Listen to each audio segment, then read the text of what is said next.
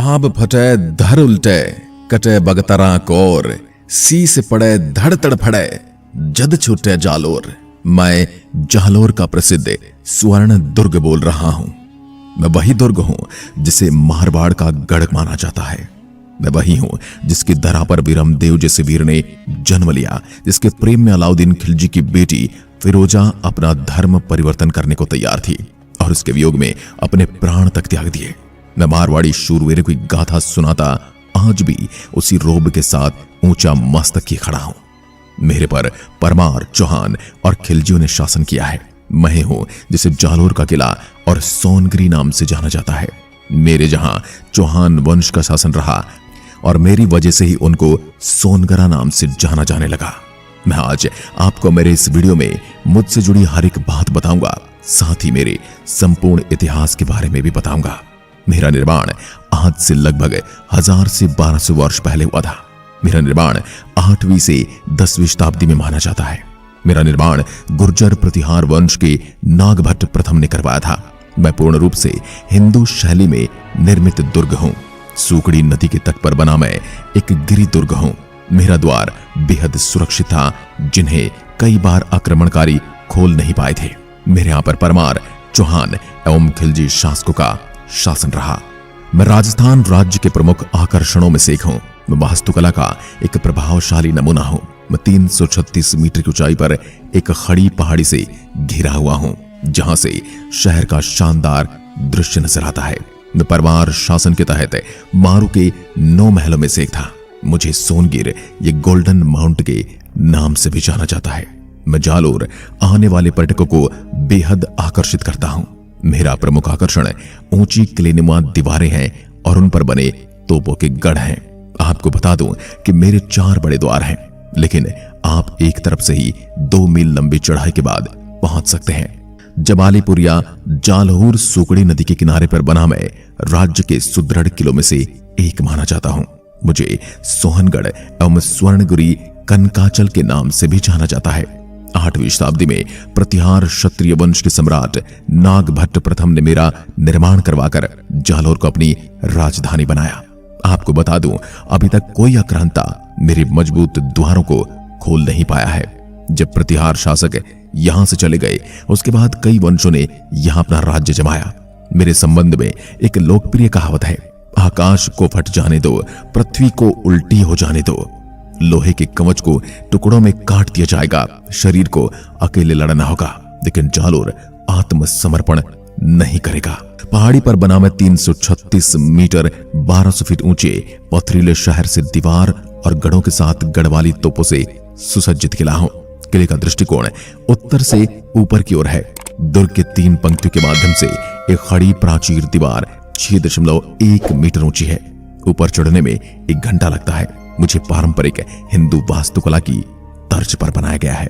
सामने की दीवार में बने 4 शक्तिशाली द्वार या पोल हैं, जो किले में जाते हैं। सूरज पोल, ध्रुव पोल, चांद पोल और सीर पोल।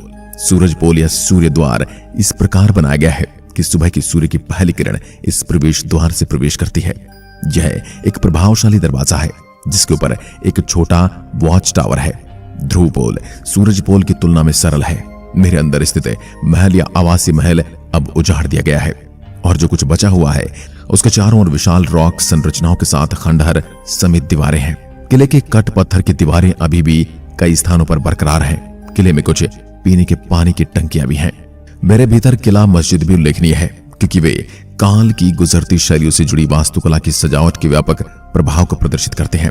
किले में एक और मंदिर संत रहमत अली बाबा का है। मुख्य द्वार के पास एक प्रसिद्ध मोहम्मदन संत मलिक शाह का मकबरा है। जैन मंदिर जालोर जैनियों का तीर्थ स्थल है और यहाँ आदिनाथ, महावीर, पार्श्वनाथ और शांतिनाथ के प्रसिद्ध जैन मंदिर स्थित हैं। मैं 800 गज लंबा और 400 गज चौड़ा हूँ। आसपास की भूमि से मैं 1200 फीट ऊंचा हूँ। मैदानी भाग में मेरी प्राचीर 7 मीटर ऊंची है। सूरज पोल किले का प्रथम प्रवेश द्वार है। इसके पार्श्व में एक विशाल बुर्ज है, जो प्रवेश द्वार की सुरक्षा में काम आती है। मेरी अजयता के बारे में ताज उल मासिर में हसन निजामी ने लिखा है, यह किला है जिसका दरवाजा कोई आक्रमणकारी नहीं खोल सका। मेरे में महाराजा मानसिंह के महल के झरोके, 2 मंजिल रानी महल, प्राचीन जैन मंदिर, चामुंडा माता और जोग माया मंदिर, संत मलिक शाह की दरगाह, परमारकालीन कीर्ति स्तंभ आदि प्रमुख हैं। अलाउद्दीन खिलजी ने जालोर का नाम जलालाबाद कर दिया और यहाँ अलाई मस्जिद का निर्माण करवाया। वीरों की गाथा, इतिहास का गौरव और ऐतिहासिक धरोहरों के बीच में जानने के लिए भारतवर्ष में राजस्थान का एक अग्रणी जगह है। वैसे तो प्राचीन काल में हर किले का निर्माण ही सुरक्षा की दृष्टि से किया जाता था, ताकि दुश्मनों के हमले से बचा जा सके और ऊंचाई पर से उन पर आक्रमण कर उन्हें शिकस्त दी जा सके। लेकिन मेरे किले की सुरक्षा ऐसी थी कि इसे भेद पाना एक असंभव सा काम था। मेरे अंदर तक पहुंचने के लिए दुश्मन को 4-4 दरवाजों से गुजरना पड़ता था। किले के मुख्य द्वार पर 25 फीट ऊंची और 15 फीट लंबी दीवार है, जो कि तोपों की मार से बचने के लिए घूमकर दरवाजे को सामने से ढक लेती है। मुख्य द्वार के पश्चात लगभग आधा मील चलने पर आता है ध्रुवपोल। यहाँ भी कड़ी नाकेबंदी है। इस मोर्चे को जीते बिना दुर्ग में प्रवेश असंभव था। तीसरा द्वार चंद्रपोल अन्य द्वारों से अधिक भव्य, मजबूत और सुंदर है। तीसरे से चौथे द्वार के बीच तथा स्थल बड़ा सुरक्षित है। यहाँ पहुंचने से पहले प्राचीर की एक पंक्ति बाईं ओर से ऊपर उठकर पहाड़ी के शीर्ष भाग को छू लेती है और दूसरी दाहिनी ओर घूमकर गिरीश रंगों को समेटकर चक्राकार घूमती हुई प्रथम प्राचीर से आ मिलती है। तोपखाना जालोर शहर के मध्य में स्थित है, जो पर्यटकों के आकर्षण का प्रमुख केंद्र है। यह तोपखाना भी एक भव्य संस्कृत विद्यालय था, जिसे राजा भोज ने 7वीं और 8वीं शताब्दी के बीच में बनवाया था। राजा भोज एक बहुत बड़े संस्कृत के विद्वान थे और उन्हें शिक्षा प्रदान करने के लिए अजमेर और धार में कई समान स्कूल बनवाए थे। देश के स्वतंत्र होने के पहले जब अधिकारियों ने इस स्कूल का इस्तेमाल गोला बारूद के भंडारण के उपयोग के लिए किया था, तो इसका नाम तोपखाना रख दिया गया था। आज भले स्कूल की इमारत काफी अस्त व्यस्त हो चुकी है, लेकिन इसके बाद भी यह आज भी काफी प्रभावशाली है। तोपखाना की पत्थर की नक्काशी पर्यटकों को बेहद आकर्षित करती है। यहाँ उसके दोनों तरफ 2 मंदिर भी स्थित हैं, लेकिन इन मंदिरों में कोई मूर्ति नहीं है। तोपखाना की सबसे आकर्षक संरचना जमीन से 10 फीट ऊपर बना एक कमरा है, जहां जाने के लिए सीढ़ियां लगाई गई हैं। इस कमरे के बारे में सम्माना जाता कि यह स्कूल के प्रधानाध्यापक का निवास स्थान था। सराय मंदिर, आपको बता दो कि यह मंदिर जालोर मर कल शचल पहाड़ी पर 646 मीटर की ऊंचाई पर स्थित है। इस मंदिर का निर्माण महर्षि जबाली के नाम में रावल रतन सिंह ने करवाया था। पौराणिक कथाओं के अनुसार कहा जाता है कि पांडवों ने एक बार मंदिर में शरण ली थी। इस मंदिर तक जाने के लिए आपको जालोर शहर से होकर गुजरना होगा और मंदिर तक पहुंचने के लिए 3 किलोमीटर की पैदल यात्रा भी करनी होगी। यह सफर आपके लिए काफी आनंदमय होगा। सुंधा माता मंदिर, सुंधा माता मंदिर प्रमुख मंदिरों में से एक है, जो भारी संख्या में पर्यटकों को अपनी ओर आकर्षित करता है। सुंधा माता मंदिर समुद्र तल से 1200 मीटर की ऊंचाई पर बना है। इस मंदिर में साल भर भक्तों की भीड़ लगी रहती है। यह मंदिर एक पवित्र स्थल है, जिसमें देवी चामुंडा देवी की मूर्ति है, जो सफेद संगमरमर से बनी है। सुंधा माता मंदिर के स्तंभों का डिजाइन माउंट आबू में स्थित दिलवाड़ा मंदिर से काफी मिलता है। इस मंदिर में ऐतिहासिक मूल्य के कुछ शिलालेख भी हैं। जालोर वन्यजीव अभ्यारण्य, जालोर फोर्ट वन्यजीव अभ्यारण्य भारत में एकमात्र प्राइवेट अभ्यारण्य है, जो जालोर के प्रमुख पर्यटन स्थलों में से एक है। यह अभ्यारण्य जालोर शहर के पास जोधपुर से 130 किलोमीटर दूर स्थित है। जालोर वन्यजीव अभ्यारण्य एक दूरस्थ प्राकृतिक जंगल है, जो 190 वर्ग किलोमीटर के क्षेत्र में फैला है। इस अभ्यारण्य में पर्यटक कई तरह के लुप्तप्राय जंगली जानवरों को देख सकते हैं। यहाँ पाए जाने वाले जानवरों में रेगिस्तानी लोमड़ी, तेंदुआ, एशियाई steppe wild cat, tawny eagle के नाम शामिल हैं। इसके अलावा यहाँ पर नीले बैल, मृग और हिरणों के झुंड को जंगल में देखा जा सकता है। जालोर वन्यजीव अभ्यारण्य में आप पैदल यात्रा कर सकते हैं या जीप सफारी की मदद से जंगल को एक्सप्लोर भी कर सकते हैं। वन्य अधिकारी प्रतिदिन 2 सफारी संचालित करते हैं, जो 3 घंटे की होती है। बर्ड वॉचर्स के लिए यह जगह बेहद खास है, क्योंकि यहाँ पर पक्षियों की 200 विभिन्न प्रजातियों को देखा जा सकता है।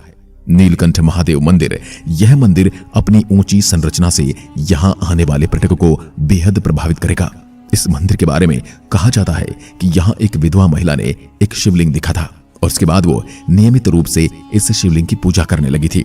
महिला के मजबूत विश्वास से परिवार के लोगों के इस शिवलिंग को कई बार दफनाने की कोशिश की, लेकिन यह शिवलिंग बाहर निकल जाता। इस तरह वहां पर रेत का एक विशाल टीला उभर आया।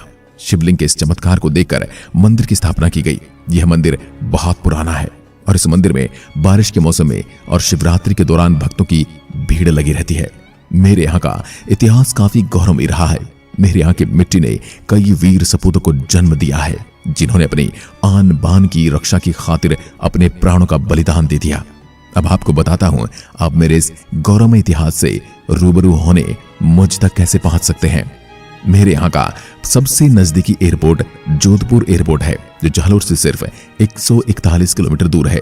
हवाई अड्डे से पर्यटक जालोर किले के लिए टैक्सी या कैब ले सकते हैं। राष्ट्रीय राजमार्ग संख्या 15 के पास स्थित होने की वजह से मैं जयपुर, अजमेर, अहमदाबाद, सूरत और बॉम्बे से राजस्थान रोडवेज निजी बस सेवाओं के माध्यम से अच्छी तरह से जुड़ा हूं। जालोर किले का नजदीकी रेलवे स्टेशन जोधपुर है, जो भारतीय रेलवे के माध्यम से भारत के सभी प्रमुख शहरों से अच्छी तरह से जुड़ा हुआ है। और डबोक हवाई अड्डा उदयपुर लगभग 142 किलोमीटर दूर है। इसके अलावा शहर से लगभग 35 किलोमीटर की दूरी पर नोन गांव में एक हवाई पट्टी भी उपलब्ध है। जोधपुर हवाई अड्डे से जयपुर, दिल्ली, मुंबई और अन्य महानगरों के लिए सीधी उड़ानें हैं। समदड़ी भीलड़ी शाखा लाइन जालोर किला और भीनमाल शहरों को जोड़ती है। इस जिले में 15 रेलवे स्टेशन है। देश के अन्य प्रमुख शहरों से जालोर किला के लिए रोजाना कई ट्रेनें उपलब्ध हैं। सड़क मार्ग से मेरी यात्रा करना चाहते हैं तो बता दें कि राजमार्ग संख्या 15 बटिंडा कांडला राजमार्ग मेरे इस जिले से होकर गुजरता है। यहाँ के लिए अन्य शहरों से कोई बस मार्ग उपलब्ध नहीं है। मेरा निकटतम बस डिपो भीनमाल है, जो कि लगभग 54 किलोमीटर दूर है। आप मुझसे मिलने कब आ रहे हैं, मुझे नीचे कमेंट में जरूर बताएं। साथ ही मेरा इतिहास और मेरा वीडियो पसंद आया तो मुझे अपने दोस्तों और रिश्तेदारों के साथ शेयर जरूर